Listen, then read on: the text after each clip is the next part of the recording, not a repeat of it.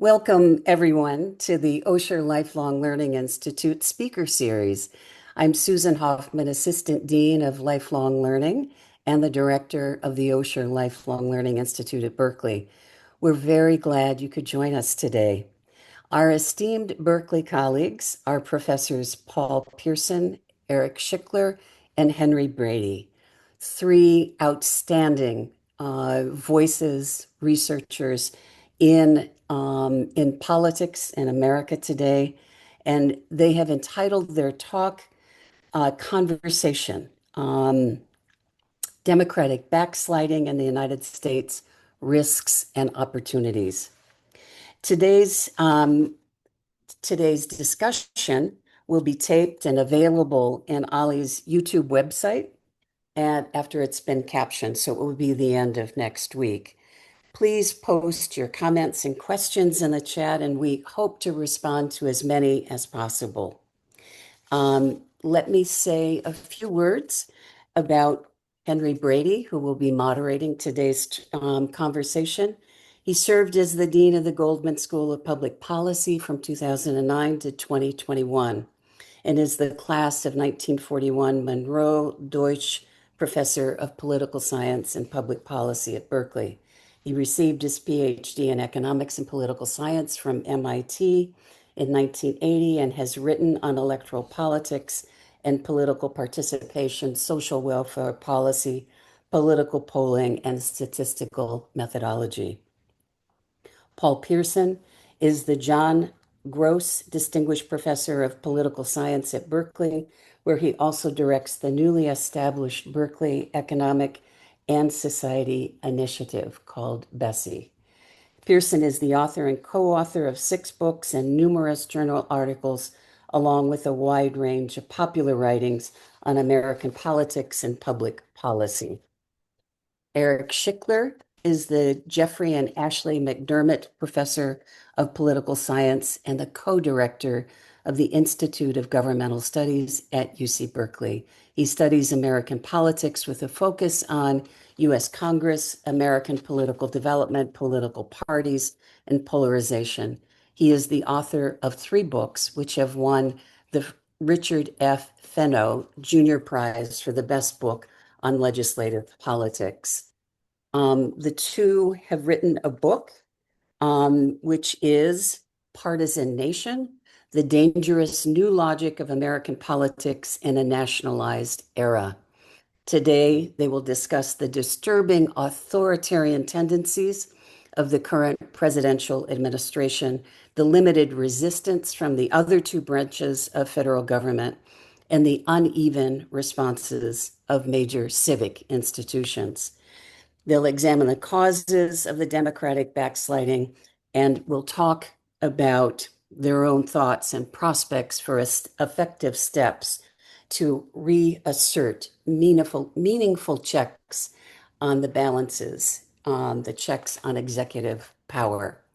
So with that, I'm delighted that everyone could join us today, and especially delighted with the conversation that will now take place. Henry, the floor is yours. Thank you, Susan.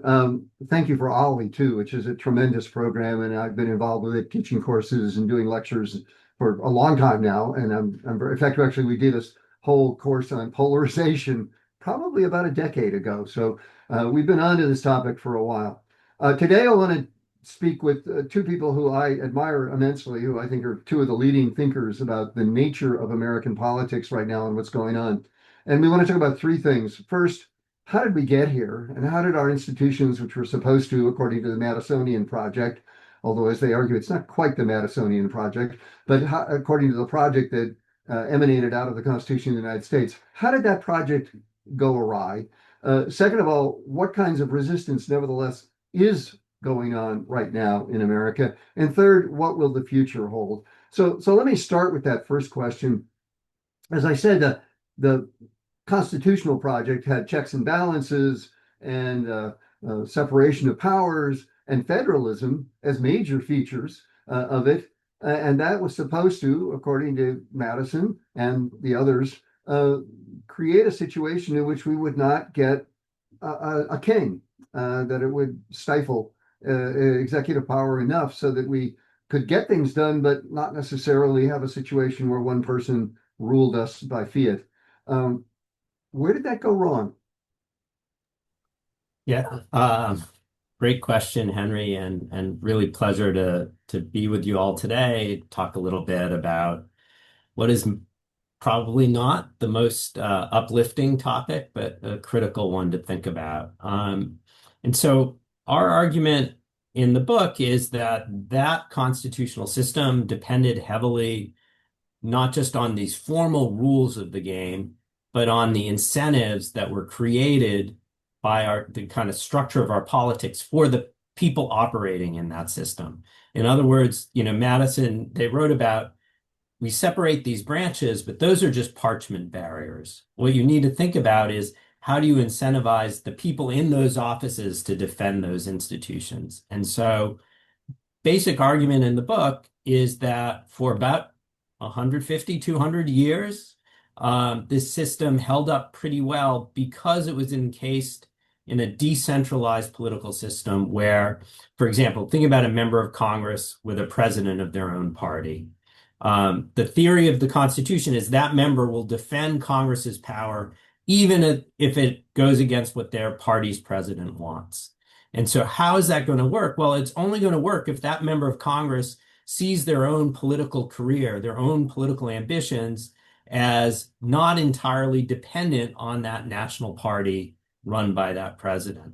So think about Franklin Roosevelt, immensely popular president, won 48 states in 1930 or 46 of 48 states in 1936. There are very few Republicans in Congress. When he tries to shift the balance of power across institutions by packing the Supreme Court and purging his kind of conservative critics in his party, they fight back, and members of Congress in his own party turn that back. And what's happened over the last roughly 40 years is as our politics has grown more nationalized, individual members of Congress, for example, now depend on the president and the national national partisan media and national fundraising networks in ways that have kind of taken away that independence. And so if you're a Republican in Congress right now, sure, you've got your constituents back home, but you also have a constituent in the White House, and you don't want to anger that constituent because he can make your life miserable back home. He can sponsor a primary challenge. He can harness the anger on conservative media and social media to go after you. And that just kind of reverses this system of ambition countering ambition. And instead, essentially the ambition of the person in Congress is tied to their party leader in Washington in a way But that the why is it, framers didn't Eric, anticipate. Eric, why is it so tied to the leader today, whereas 100 years ago it was not so tied to the leader? What were the forces that somehow embedded people in local areas and caused them to really turn to the local areas as the place in which they'd have their careers? Yeah, so I think we argue there are two main kind of triggers to the transformation in our politics. So the first was the racial realignment that starts in the 1960s. Prior to that, both parties were kind of these uneasy coalitions of different ideological groups. Starting with the racial realignment, you start this process of sorting where liberals are moving increasingly in the Democratic Party, conservatives in the Republican Party. And that essentially helped as a series of social movements came about, bringing on new issues like gun control, feminism, gay rights, abortion.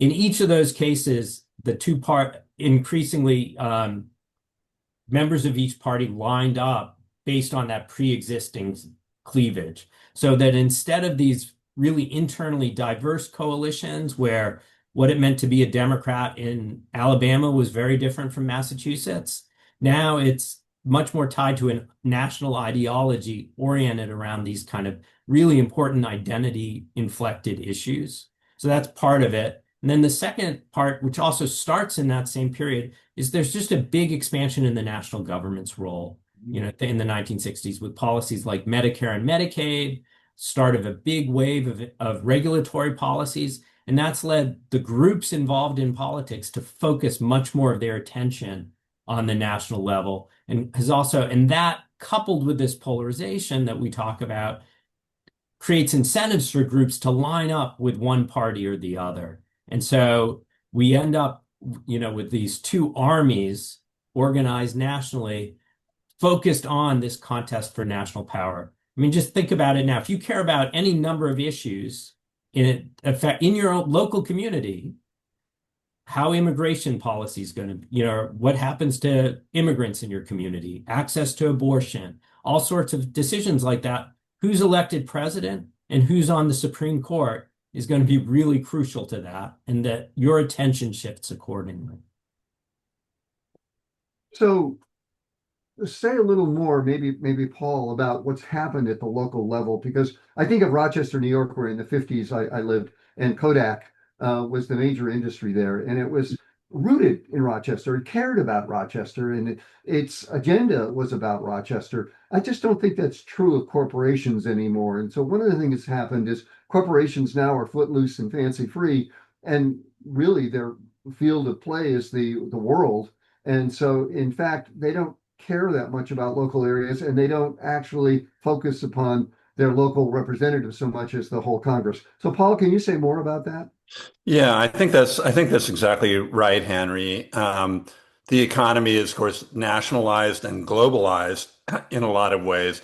It's also financialized, which I think is an important dimension of this too, where, there used to be this idea that there were many stakeholders in a corporation, and the corporations wanted to pay at least some attention to the various stakeholders, which included their local communities, included the people who worked for the company. They were stakeholders, and of course, that with financialization has almost entirely gone away, where the incentives for the management of the company is, how do I boost the stock price for shareholders above all else? And if that means, disregarding the interests of workers of the local community, so be it. So all of these things have moved us from a world in which it used to be the case that, a local bank or some major local company was a big player in fashioning the political careers of governors, members of Congress, presidential aspirants, and so on, if they were trying to work their way up. And that, I think you're right. That's largely gone away. So let's also talk about, in your book, you talk about three major sets of institutions. One is the interest group system, and we just talked a little bit about that with corporations. The second group you talk about is parties, and you've already mentioned some, Eric, about parties and how they've changed. But then there's the media. So what's happened there?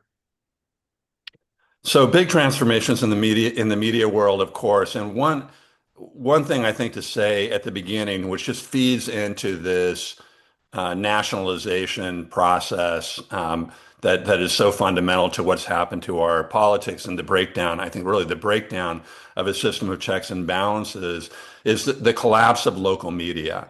And this is a place, I think, where there's actually quite rigorous political science, quite rigorous work coming out of economics, which shows that when local media declines, that has a very substantial effect on polarization, right? Because people don't have the kind of more nuanced and textured information that might lead them to view individual politicians in either in critical ways or in positive ways, and that led to a certain amount of bipartisanship. It led to voting patterns in which some people would vote for, say, a Republican for Congress, but a Democrat for the presidency, or a Republican in the Senate and a Democrat for president. That used to happen a lot, but local media, which has been crushed, I think it's not too much to say. The local media has been crushed.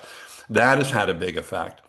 And then, of course, national media, especially on the right, has itself become much more polarized. The breakthrough of Fox News, talk radio is also, even before Fox News, it's a really important force in this, where the old kind of monopoly, oligopoly that you had, where there were just three networks and they all produced essentially the same kind of news show, but they were also trying to reach a very, very broad audience. That was replaced with the kind of insight of people like Rupert Murdoch who said, well, gee, I can get a quarter of this market, or something, or even less, but it'll still be highly profitable. And I can do that by really pandering to people's priors and feeding those priors, right? So I think a really important part of our argument is that these things are all self-reinforcing once they get going, right? So all of these changes in the media environment, the interest group environment, the party environment, they all encourage politicians to become more tightly connected to their party. And as they become more tightly connected to their party, citizens start to lose the kind of pluralism and diversity of expressed opinion that allowed them to have kind of more nuanced views of our politics. Instead, it's just our team versus the other team. And in the book, we won't go into it now, but in the book, we talk about what the Watergate experience, which is really striking, where in part because leading Republicans defected, right, from Richard Nixon as the story started to unfold. And that basically created kind of a permission slip for Republican voters to take a hard look at Nixon and to start to defect from him as well. And you just don't see that in today's world. Republican voters, anybody who leans Republican, they're likely to be in a bubble where the people who they take cues from, Republican elites, are just going to be lockstep with the president. So, Eric, I think Paul is starting to give us an explanation of why members of Congress have been so cowardly. But could you say more about that, how the Congress has been transformed? I mean, it used to carefully guard its prerogatives with respect to spending, its prerogatives with respect to setting up in parts of the government and so forth. Trump has just trampled on all of that and basically done spending as he wishes. He's gotten rid of organizations that were established by Congress. He's taken a national landmark, the Kennedy Center, and renamed it the Trump Kennedy Center. How does that happen? What's going on in Congress? Yeah. So, I mean, I think we can view Trump as a culmination and then deep magnification of trends that had been going on for a while. So, I mean, over the last 30 years, as Congress has polarized, members increasingly have seen themselves as part of partisan teams. Like there's very close competition to control the majority. And in that context, if their parties are closely divided and they're far apart, then a win by the other party, you can't do anything to help the other party or that the other party wants, because that's helping the enemy beat you and gain control. And so in that context, it's just easier for a president to kind of call on the loyalty of their party members and basically say to them, you may not like what I'm doing, but if you oppose it, you're helping the Democrats, and that's traitorous. That's not just, and so I think that is a kind of baseline factor. I think the fact that these members also, they raise money from the same groups across the country, the same individual donors across the country. They're attentive to the same media across the country. And so all of that kind of creates levers for leaders to try to discipline members and keep them in line. But then I think, with Trump, there are some specific things that help him quite a lot. So one is the majority of House members do not remember what the world was like in politics prior to Donald Trump. They entered since, after his first term was well underway. They don't have a sense for what politics was like. And often they don't have any kind of institutional loyalty because they came in to wreck things, as in many cases, as kind of Trump followers. And so, the theory in Congress is you come in and you stay for a long time, develop it as a career, and that's what gives you a stake in its power. But if you come in as part of this kind of insurgency, you don't develop that. So that helps. One way I think there are probably about, of the 215 Republicans, more than 100, I think, are true believers, right? Then you have some other members who maybe they don't believe a lot of this or are uncomfortable, but they face some really stark choices. You don't, as first of all, as districts have become more lopsided, your main threat is in a party primary. And so it's really bad to be in a Republican primary if Donald Trump views you as disloyal. And so that disciplines you, leads you to vote in favor. And then beyond that, what I think Trump has taken to a new level is just making people's lives miserable if they're defecting, using social media and that takes the form not just, of harassment on there, but potential threats of violence. And so some of the most egregious cases, like Pete Hegseth getting confirmed as defense secretary, it seems pretty clear that Senator Tom Tillis who's not running for re-election, so there's no primary worry, that he was worried about him and his family's safety. And we heard Lisa Murkowski talk about members being scared. And that is new. That is taking what was developing and then just turning it, building on it in just a much more dangerous direction. But that clearly helps Trump keep that, it would not take that many Republicans to defect, but nobody wants to be the one who does it or the handful who do. So I think Eric started to give us an explanation of why we've seen less resistance than we might have expected, given what we thought was the operation of American government. But so let's talk a little bit more about what's been happening, what's lacking. I wrote something recently where I said there were 3 or 4 things that are needed for a group to resist. One is the reasons to resist. And Eric has just given us an explanation of why some people might not have the reasons they used to have to resist. The second is to have the resources to resist. And Congress has those resources. It's certainly the case that it could do something, but it doesn't seem to have much in the way of reasons.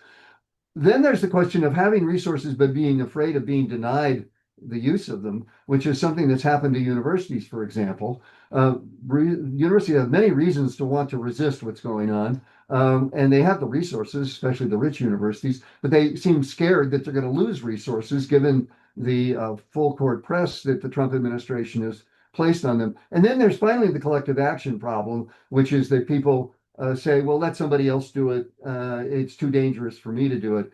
In what institutions do you think we have some of those things, but not other things? And what's the scorecard for those institutions? And let's go through each one. Maybe start with the universities, since we all live within one and have thought a lot about this.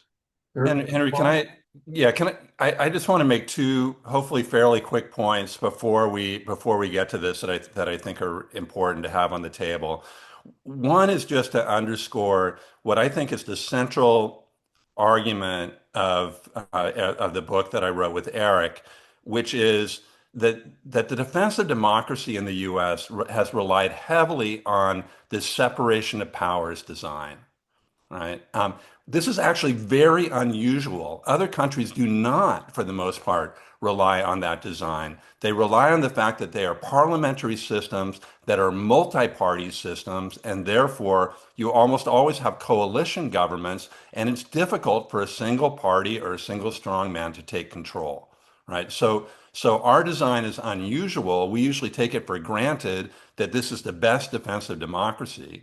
Right. But what we show in the book, I think pretty clearly, is that system breaks down in the context of this teamsmanship, this nationalized teamsmanship, where Republicans bend the knee to an authoritarian president.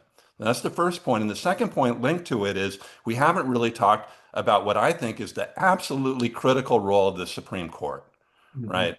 Which and in many ways, we've been trained to think like the Supreme Court is going to be an even better protector of democracy than Congress is going to be. And I think it's pretty clear now that that absolutely is not the case, right? The Supreme Court has become extraordinarily partisan.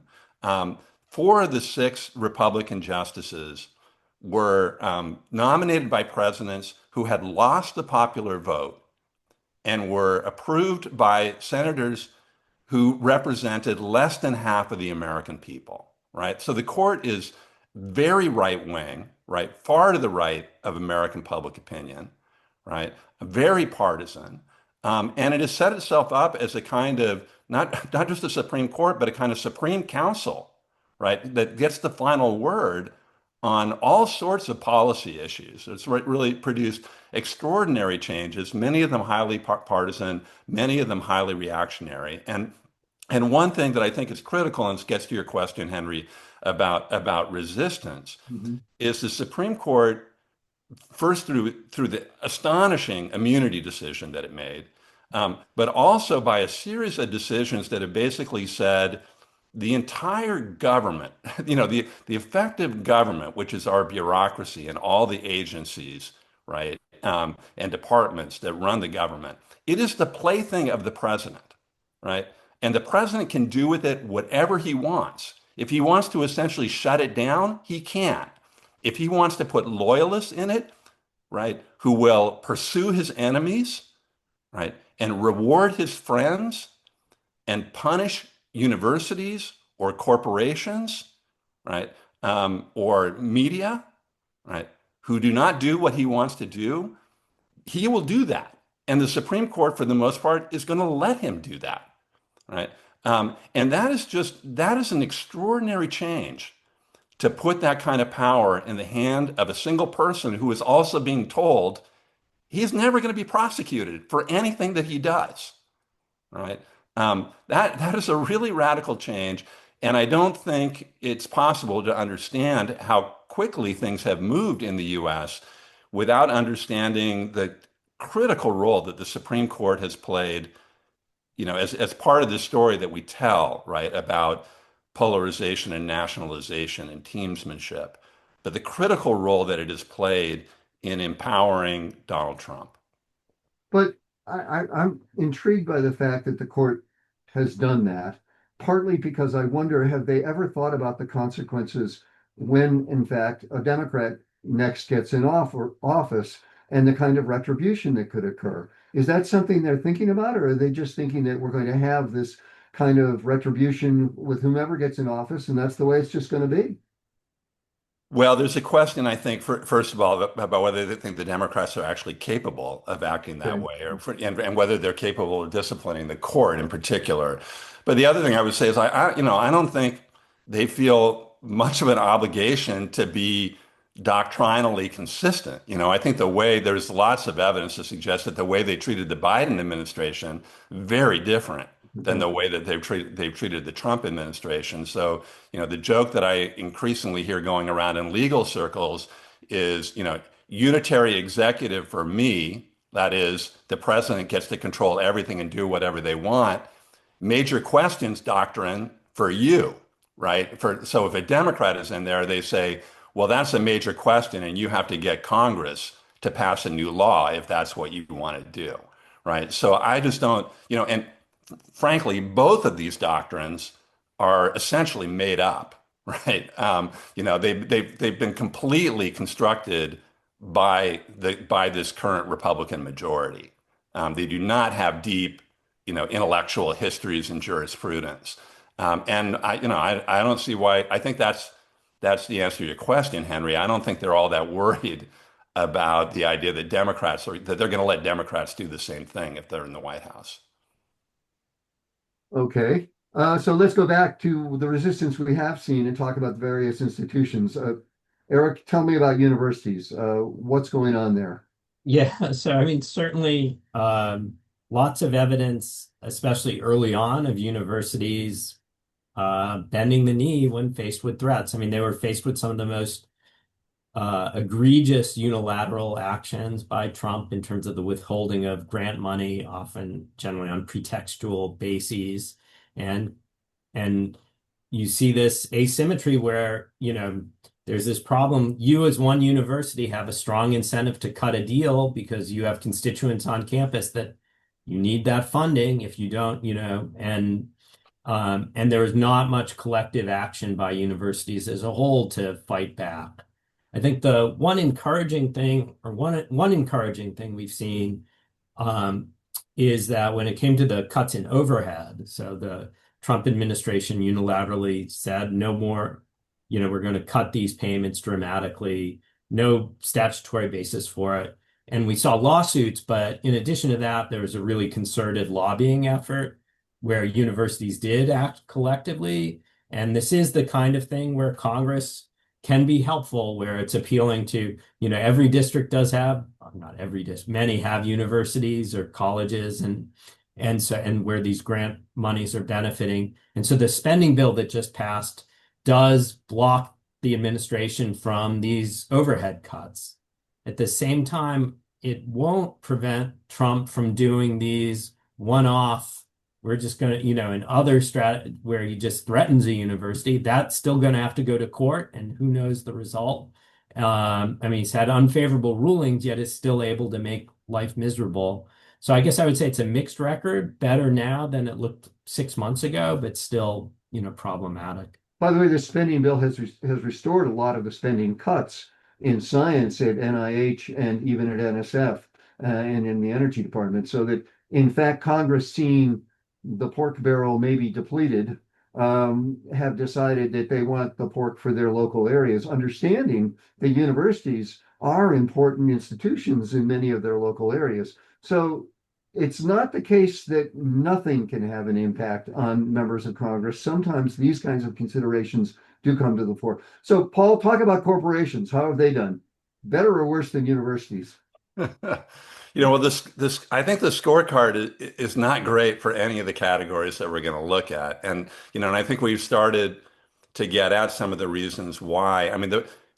When I teach, and I think it's true for my colleagues, when I teach PS1, Introduction to American Politics, about the first thing that I talk about with students is what is a collective action problem and why is that so central to politics? Like, it's really hard. People could share a common interest, right? But to act in common on that common interest is often very, very difficult. And that's a huge thing in politics. And of course, this is what we're seeing across all these domains, right?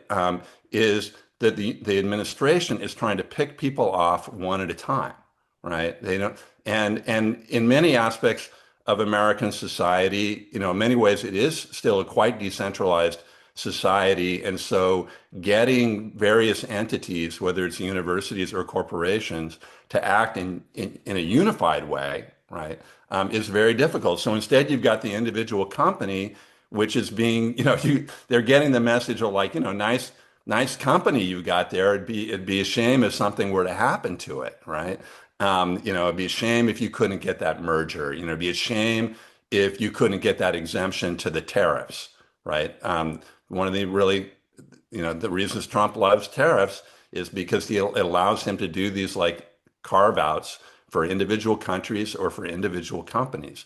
So I would say the corporate record has been quite bad. But in a way, I kind of understand why. I kind of understand, frankly, why if you're Jeff Bezos, right, and you have, 100 billion plus, 200 billion plus, and these huge companies that are extremely vulnerable to administrative coercion, that you wouldn't want to have the newspaper that you own, being on the wrong side of the president all the time. Like, I understand, I'm not defending it, but I understand it. I will say one thing that I think is starting to help in this context, and this is true, I think, for universities, it's true for law firms and elsewhere. It's an important dynamic, is that people are learning that you can make a deal with Trump, but it's not the same as having a deal that's actually going to stick, right? Another big concept we use in the social sciences is the idea of credible commitments, right? It's a lot easier to make a deal with somebody if you actually think that they're going to keep their side of the deal and there's something like, I don't know, the rule of law, right? Which is going to give you more assurance that they're actually going to keep to the commitments that they make. And of course, Trump is, we're talking about the rule of men, not the rule of law here. That's the kind of regime that they are trying to create, though the Supreme Court averts its eyes from it. And I think concerns about commitment is one of the things that's motivated Harvard to stand tough. They yeah, said no, I going think that, forward, and I the think you can see anti this in other contexts as well, the law firms and so on. Like people, and they're quite right. You can see it in foreign policy, right? I mean, this is what the Europeans are learning and the Canadians, right? Is like we can make a deal with him. You make a free trade agreement with him, but then he's going to he's going to be annoyed because you're prosecuting somebody who tried to overthrow the government, and then he's going to slap new tariffs on you, right? So I think that is a weakness in this authoritarian push, right? I think the collective action problem has really helped them advance on a number of fronts, and it's limited resistance in civil society. But I do think that people are learning. There's a famous Star Wars scene where, right, the one somebody who's made a deal with Darth Vader says, like, this deal keeps getting worse and worse, and so people are starting to realize that, and I think that is going to limit their cooperation with the administration. So Eric, how about the states? How have the states done? And that seems very inflected by partisanship. Yeah, no, I mean, it's just, I think one of the trends we've been noticing is increasingly heading toward red state governance and blue state governance. And even, in different sectors, you know, we see that with universities, a red state university drive in terms of policies that was pre-existing Trump. And so I think it's much the same in terms of the response now, where blue states have been launching lawsuits. Some succeed, some don't. Have been trying to stand up against, I mean, we see what's going on in Minnesota, where the governor and the mayor and so on are clearly, stating their opposition, expressing it, and using lawsuits. Same in California when there was the LA sending in, of enforcement. But it's just very much like a blue state phenomenon, red state. And what's different about Trump, again, is the threat to use just blunt force against those states, both fiscal and literal force of, threats with National Guards. And that puts these states in a very vulnerable position where, threatening to withhold all money from blue states if they don't change their sanctuary policy. That's like a different move on the game board, and it's increasingly, putting them in a really tough bind. I think so far the blue states have been resisting. We're going to have to see over the next year or two how all of this plays out in the courts and elsewhere. Okay, how about civil society? How about the rank and file of people? And here I think of Minnesota, which has been quite an extraordinary scene, which shows that people on their own, not being paid, can participate in politics and make a difference, although tragically at the cost of some lives, as it turns out. So who wants to take on civil society? Paul? I mean, I'll start. I'm sure Eric has thoughts about this. I mean, I do think what's happening in Minneapolis is quite extraordinary.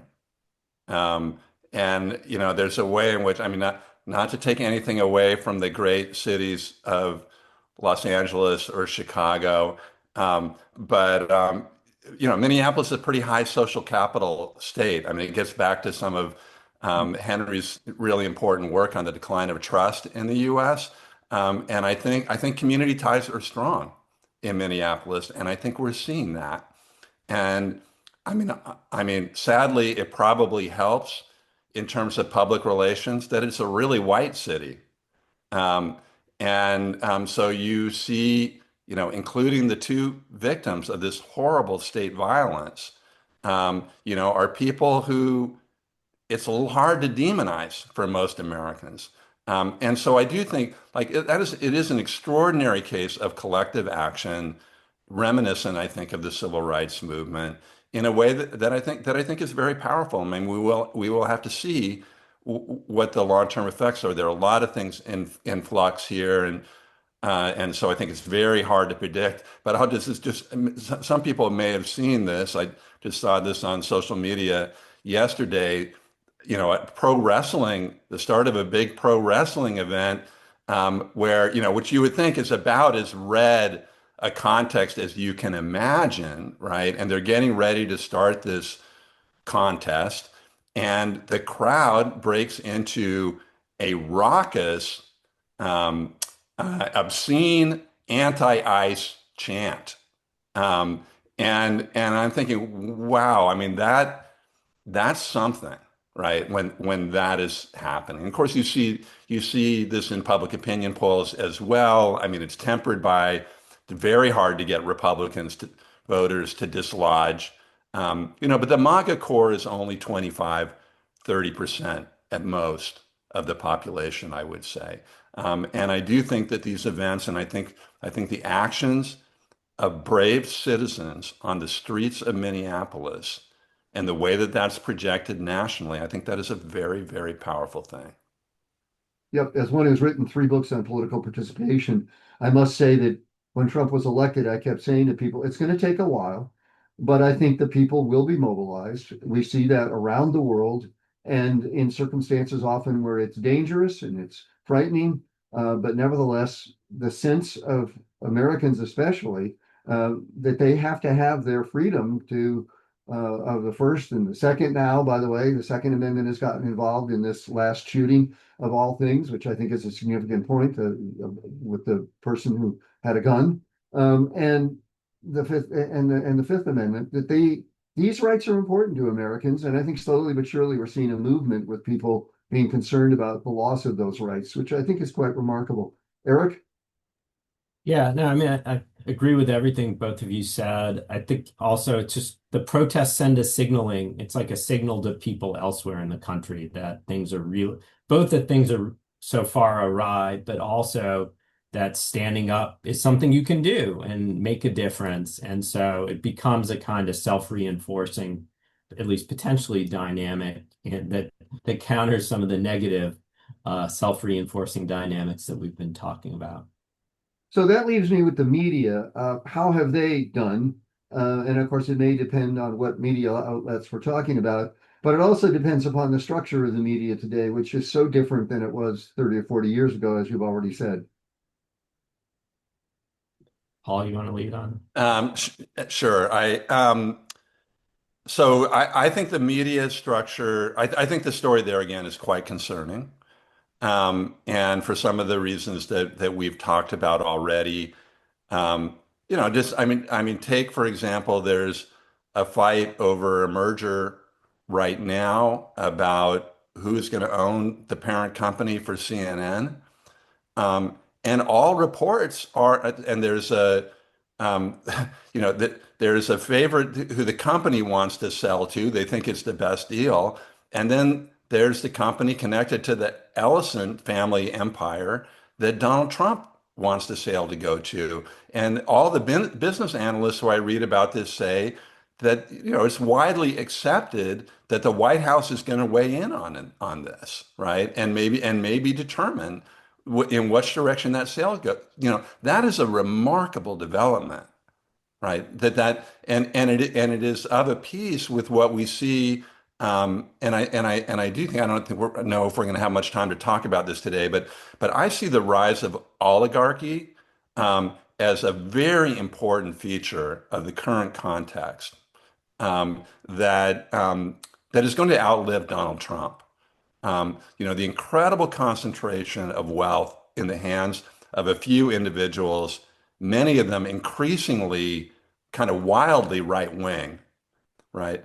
Who have more and more media resources, right? Whether it's Twitter, X, or now the Ellison family is major shareholders in the American version of TikTok, right? Where again, like Donald Trump just broke the law. Like there was a very clear law that the Supreme Court had ruled was constitutional, which said that company needed to be sold back in January, right? And Trump just didn't do it, and he held off until they could arrange a sale to people who he thought would be his political allies, right? It's extraordinary. And I realize these extraordinary things are happening so quickly that it's hard to keep track of all of them, right? And to see just how shocking each individual thing is. But I think the media story is quite frightening, right? CBS, what's happened to CBS News, another example of this. What's happened to the Washington Post? It's quite frightening. It's happening very quickly. And in other countries that have slid from democracy to what Levitsky and Ziblatt call competitive authoritarianism, right? I think we are actually in a competitive authoritarian system now. I agree with Steve Levitsky about that. But in those other cases, the capture of the media has been an absolutely central part of it, and that is very much in play in the US right now. Yeah, I would urge everybody, if you don't, go watch Fox News sometimes, because I'm just shocked how that's a completely different alternative universe, and how it parrots the talking points of the administration. MSNBC is a dog with a bone on the left, but I don't see, at least, and maybe this is my bias, I don't see as much lying, to be frank about it. I don't see them as just doing the talking points for the Democratic Party. I see them trying in their own way to at least try to get the facts out there. Fox doesn't seem to care much about the facts anymore. As soon as somebody comes out and says that somebody who was shot in Minnesota was a terrorist, they just parrot that and they tell you that person was a terrorist. So I think that's very worrisome, given what you just said, Paul. So now let's turn to, in fact, what's maybe going to happen in the future. We've got a bunch of questions here about what's going to happen in the midterms. And of course, by standard measures, with an approval rating of around 37% or whatever Trump's approval rating is, it's probably certainly under 40%. You would expect to see a big swing in the midterms in terms of the House, without a doubt. And you might even see some swing in the Senate, although that's more problematic. So what's going to happen there? So let's first discuss it if it were a sort of a normal election, and then let's talk about the reasons to worry that maybe it won't be a normal election. So as a normal election, Eric, what would I we mean, get? normal election, I mean, with Trump's approval rating, with voters' views of the economy, with the concerns that are quite widespread about extreme policies, I mean, Democrats would gain in the House 25, even in this era with smaller swings, probably 25 seats and have a decent sized House majority. And they would likely gain a couple Senate seats, maybe not enough for a majority because the map is not great. And the way Republicans have an edge in the Senate because these small states lean Republican. But you would see a pretty clear shift. And I mean, the special elections, show an even bigger shift to Democrats that I don't think one would expect quite as large a shift because basically in the special elections, a lot of core Republican voters just aren't showing up that probably would in a midterm. But yeah, I think in a normal election, I don't think there'd be any doubt Democrats would win the House and by a decent margin. Yeah, I also think in a normal election that some of this redistricting in Texas, for example, would actually boomerang for the Republicans, that they'd find some of those seats that they thought they were going to get because of the Hispanic voters who went for Trump in the presidential election. Those Hispanic voters seem to be turning away from him in droves. And it seems to me that that would lead to the seats, especially along the border with Mexico, to go towards the Democrats. And so that there could be actually quite the contrary result to what they've expected given their redistricting. And so that would be another mechanism. Okay, so now it's not clear this is going to be a normal election when we have a president who's been saying things like we should nationalize elections, although he then sort of goes back on that and says, no, we shouldn't nationalize them. We should only go to the 15 places that are problematic. And then he mentions Detroit, Philadelphia, and places like that. Which happen to be Democratic cities. We never get a mention of a Republican city or area, as far as I know. So where do we stand with that? Yeah, say one other thing in connection with what Eric said already about the kind of normal election. He said the map is a problem in the Senate. Every Senate map is a problem. I mean, I think this is, and again, I hate to be such a downer, but I think we need to look clear-eyed at all of this stuff. And one of the most striking statistics about how tilted the system is now is that Trump in 2024 won by 1.5% of the vote, but he carried 24 states by at least 10% of the vote, right? And that's so 48 senators come from states that Donald Trump won by 10% or more in 2024. And that's just a reminder of like the extreme rural bias in the U.S. Senate, which is a huge obstacle, I think, to like real democracy in the U.S. and real effective governance. So you need like a really big wave just to get the Democrats up to the point where they have a very, very narrow majority in the Senate. That's a huge problem. Now, with respect to whether the 26 elections will be fair or not, um, of course, things. Even though I came into Trump's second term feeling extremely worried, things have been much worse, much faster than I anticipated that they would be, and so I don't want to be Pollyannish about the election. I do think that let me put it this way: I think if they thought that they could steal an election, they would. I'll just say I don't think anything we've seen suggests that they wouldn't steal an election if they thought that they could, right? I don't think anything we've seen since January 6th would make us doubt that, really. Whether they have the capacity to do that in a system where elections are quite decentralized, I have a lot more doubt about that. And I think one weakness, I've mentioned a few weaknesses in this authoritarian push. Another one is they just have limited capacity, right? I mean, do they have enough lawyers who will do what they want them to do? Do they have, I mean, look at how challenging the situation is for ICE in one, medium-sized city.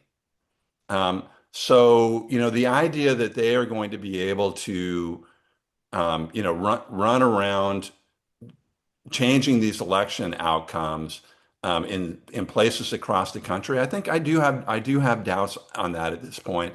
And I also think that if they make efforts of those kinds, and we've seen this with other kinds of election restriction, attempts to restrict voters, that often what you get is a counter reaction to that, where like people are angry and they will walk over broken glass to vote. And I think one thing, so I think even if they make these efforts, even if these efforts have some limited success in some places, they could also backfire on the administration. I mean, I think it's well to remember that authoritarians like elections. They want to have a vote, which shows how much they're beloved. What they like is elections, of course, where they win overwhelmingly. And the trick here is that it's not clear that if we have a fair election, that Trump will win overwhelmingly. In fact, there's all the evidence that the party will lose overwhelmingly. So the question is, are there other things that could happen? So my questions have questions like October surprises that we'll have, people going, sending ICE to the various cities, the taking of the ballot boxes, as we just saw in Georgia. This administration is quite happy to come into a city and, in this case, take ballots from 2020, over which there was at the time a court making a decision whether they could actually have access to them or not, and which, at least in the first instance, is not really the role of the federal government. But nevertheless, they took 700 boxes worth of ballots and other records and carted them away. You could imagine right after the election going into the cities of Detroit and Los Angeles and Philadelphia, carting away those ballot boxes and saying, you know what, they just were not counted correctly, and we'll give you the right counts now. So what do you think of those scenarios and possibilities?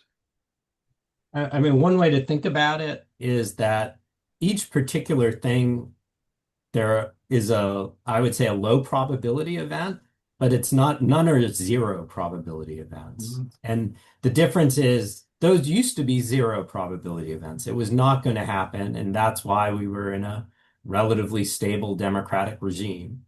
The fact now that it's certainly possible that, for example, they'll foment disorder in certain democratic cities through immigration raids that provoke demonstrations and send in, potentially even the military to try to calm things down in ways that clearly interfere with the election. Maybe they have some you can run through a whole bunch of scenarios, and I think we should worry about each of them. Doesn't mean there, as Paul said, I think there are some real obstacles in each, or costs to each and risks for their side. But on the other hand, they're all in the realm of possibility. And that's what's especially worrisome. We're no longer in a system where one can make an assumption about elections being reasonably free and fair. Yeah, and I think it's well to remember that Donald Trump seems to like chaos, and he doesn't mind creating it, and he doesn't even think much often ahead of time about what the effects will be. And so that, and one gets the impression that in fact, in the middle of the night, he comes up with an idea, and the next morning it's implemented without any analysis of whether it's going to lead to the results he wants or not. And so at the and we also seem to see that happen when he's especially feeling like he's pressed in some way and he's not popular, or that he's put in a corner. So one presumes that as the midterms get closer, he's going to feel more and more in a box, and that out of that will come some of these crazy tweets in the middle of the night, and then crazy things happening with respect to the American political order. So that seems to me the biggest concern. And it seems to me that means that for Democrats, there's got to be a lot of effort to think about every possible crazy contingency and have ways of doing that. I mean, one might be that people guard the ballot boxes. I mean, I personally would be happy to go to my local polling place, or to the local registrar's office and guard the boxes and say, no, you can't have these, and get arrested for it too. Well, I have a feeling they're not going to confiscate ballot boxes in Berkeley. Yes, You probably know, not. not the most competitive, not the most competitive races. Let me say, I just want to say one thing at this point about, so Henry, you were saying that authoritarians would be authoritarians. They like elections to like show their power, especially if they like really control the elections. I do think so. Maybe now I'm shifting into a slightly less pessimistic gear than I have been for most of this hour. Trump is at about 40% approval. I went to a talk about democratic backsliding in Mexico yesterday, quite a good talk. Claudia Sheinbaum is at 70% approval. And I think a really striking feature of what's happening in the US that is quite a contrast with Viktor Orban or Modi in India, or many of these other cases with which he's compared, is he is not popular.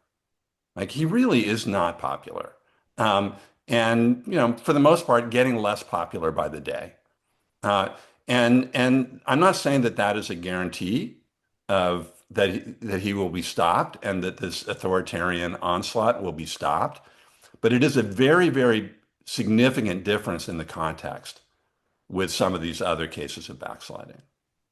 So I think we're getting to the end here. So Eric, why don't you sum up as well? I should say, as one who's studied political participation and as one who cares about the importance of voting as a way by which people show their disdain and dislike for candidates and therefore send messages to leaders, I'm a believer that we're seeing a bunch of that. And I think that's really important, and a really great story about the American electorate. It's been slow, but it's coming. So, Eric, your summary. Yeah, I think my summary is just, as Paul noted earlier, we're in a different regime now. The question is that regime consolidated or not? And the way to stop it from being consolidated is going to come down to resistance from a variety of forces, including ordinary citizens. And so, if you ask where you put your hope, that is where I would put my hope as well. By the way, I think at some point we should have another session which actually asks this question: what should Democrats do if and when they get in power? Um, should impeachment be on the table? I would argue maybe not, given that it failed twice before for Donald Trump. Should they respond in kind if they gain the presidency? That's, I think, going to be a very hard question for Democrats to answer, because some things will have to be cleaned up, and that will look like responding in kind.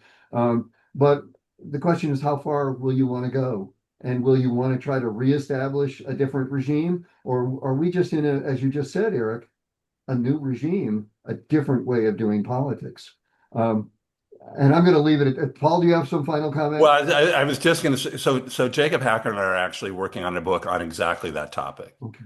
And I do think it's a hard thing to write about, but for us, the focus is like the system is going down.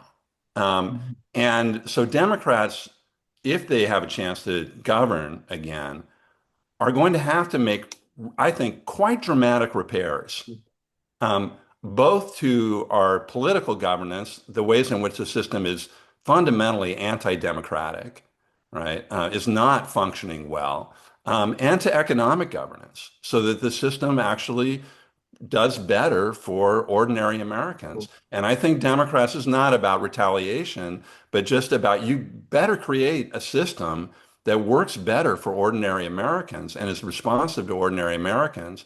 Or we might survive just as we sort of survived January 6th. We might survive this Trump term, right? But in the long run, the outcome is going to be bad if Right. the system is not seriously reconstructed. I agree with you. I think the problem of inequality, economic inequality in America is one of the root causes of the problems we face. I've written books on this, and I think it's got to be fixed. So with that, let's go back to Susan and tell us about other events. But first, let me thank all three of you for what was a very elucidating hour of conversation. We would love to have you back, knowing that there's further to discuss if we're looking at all the failed institutions not working as they have worked in the past. Let me mention that we do have a Supreme Court class that will begin on February 18th and will run for 4 weeks. It will be taught by Bill Sokol, who many of our members know, and he is taking the failed institution approach and looking at not only the structural things, but also the different decisions that are in the midst of being made.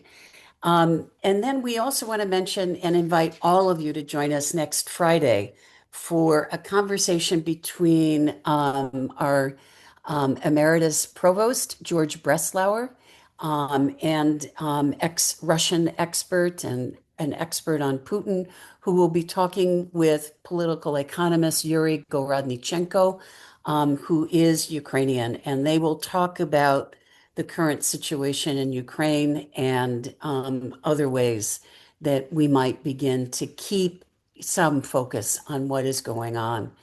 And then finally, there will be a course that I will be teaching in the spring called Back to the Future, Lessons from American History. And in the fourth class, we will be looking at the changed media landscape and bring in documentary filmmaker Rick Goldsmiths, whose film Stripped for Parts will talk about the hedge fund gutting of local newspapers, hundreds across the country, and also what the alternatives are. Let's keep talking. And I am so very, very appreciative. Eric, Paul, Henry, thank you so much for joining us today. Have a good weekend, everyone.